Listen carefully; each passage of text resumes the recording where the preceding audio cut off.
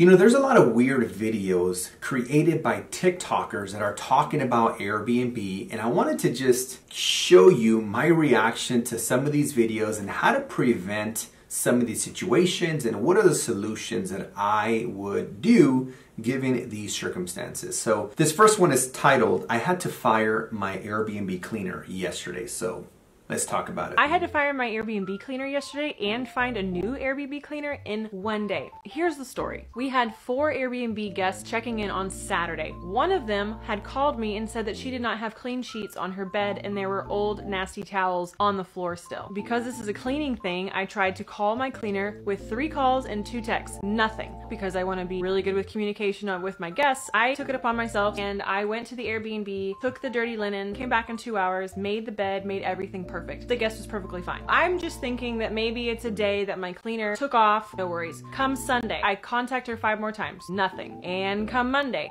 same thing. Come Tuesday, I'm freaking out because I haven't heard from her and I think something is going wrong. And I'm also traveling overseas for Christmas and I need someone to have their together. Someone's is not together, i.e. my cleaner. I decide to go to her house to see if she's, you know, alive. So I get there, I go up to the door, I'm standing there, I knock on the door, and someone does come to the door, but they don't even open the door. They lock the door, and I see them walk away and hide. I've just been left in the cold, and my cleaner is just dropping the towel, not wanting to move forward with anything. She is done. I'm freaking out because it is Tuesday, and that is the day that I'm supposed to be driving back home 6 hours. I don't have a cleaner. I have 15 Airbnb guests booked to come in until the end of December. How is this going to work? So I have to figure out a way to find a good cleaner within like a couple of hours, clean the Airbnbs before I leave, and I need to change all of the key codes so the old Airbnb cleaner cannot get into anything. On the positive end, I was by 4 p.m. that day able to find a cleaner, change all the codes, get everything stocked up the way I want it, and have it scheduled to deep clean all of the Airbnbs the next day. I'm just saying,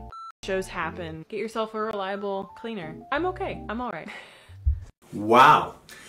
The reality is your Airbnb cleaner is the most important. Let me say it for the people in the back. Your cleaner is the most important person in your whole business.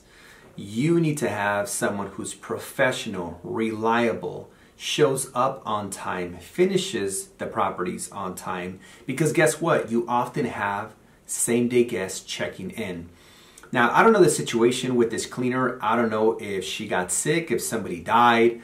I mean, it sounds pretty weird that she would just disappear for that many days and then be unresponsive. We don't know what happened. That being said, one of the things that I do with my cleaners whenever I hire somebody is I tell them, hey, if you are unable to ever clean the property because you're not feeling good, you have an emergency, it is your responsibility to replace yourself. Like 95% of my properties are 3-4 bedroom single family homes, which means they require 2 people minimum, sometimes even 3 people to clean the property. So I hire one person and that one person brings an assistant, maybe a second assistant, and now there's 2-3 people cleaning the home 4 to 8 times a month. And so that second and third person, they already know the system, they know the structure, they know the process, they know how the property should be left each and every time. And what makes this great is if the main person ever can't make it, they will contact their secondary, third person and have them and go and do the work. I don't know why that didn't happen here, but again, this is kind of weird. It happens, right? But again, who really knows what really took place here? The other thing I recommend is you want to make sure that hire slow and fire fast. It's not who you don't hire, it's who you don't fire that will crash and burn your business. So if you notice something like she did, I mean, I would have probably fired him too, especially because of the lack of communication. I mean, that's just very, very unreliable. And if she had, I don't know, say she had a 3-week booking, that could have been $6,000, $7,000. That could have cost her the reservation had the guest showed up and the property wasn't clean. So again, you don't want your cleaners to be a liability. You want them to be an asset to your team. But again, who knows why that really happened. So now let's go and take a look at this second video. This is going to be interesting because a guy sitting like this and the title is "Someone Filmed a at my Airbnb." Holy moly. Let's see what this is all about. Someone filmed a at my Airbnb. So I woke up the other day to one of my security cameras going off repeatedly at one of my Airbnbs. I open up the app and I see a full-on movie production out front of my house. We're talking cameras, lights, everything set up. Now these people who booked my Airbnb had only booked for one night and there was zero communication from them. Red flag number one. This guy has a one night minimum. I mean, it sounds like it's a house, right? And at all of my houses, I have a 2-day minimum.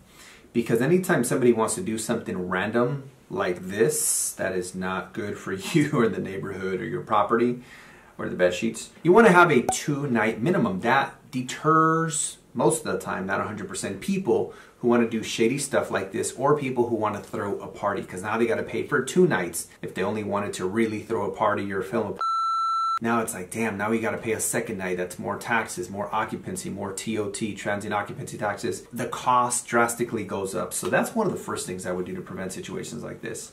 Oh my God, my Airbnb is being used to film a Now, funny story, it ended up being just a group of students who booked my place and they were filming some footage for an independent film.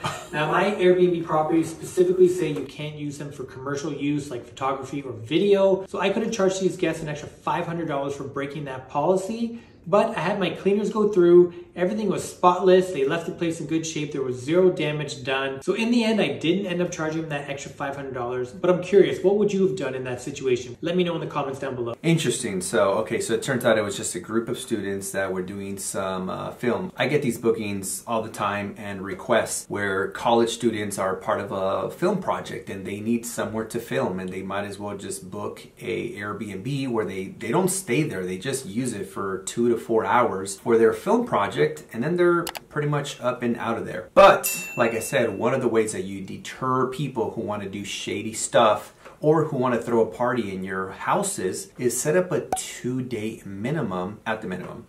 And that typically alone solves probably 60 to 70% of the issues. It just makes them go somewhere else. So that being said, hope you guys enjoyed this video. Check out one of my other videos here and I'll see you guys on the next one. Peace.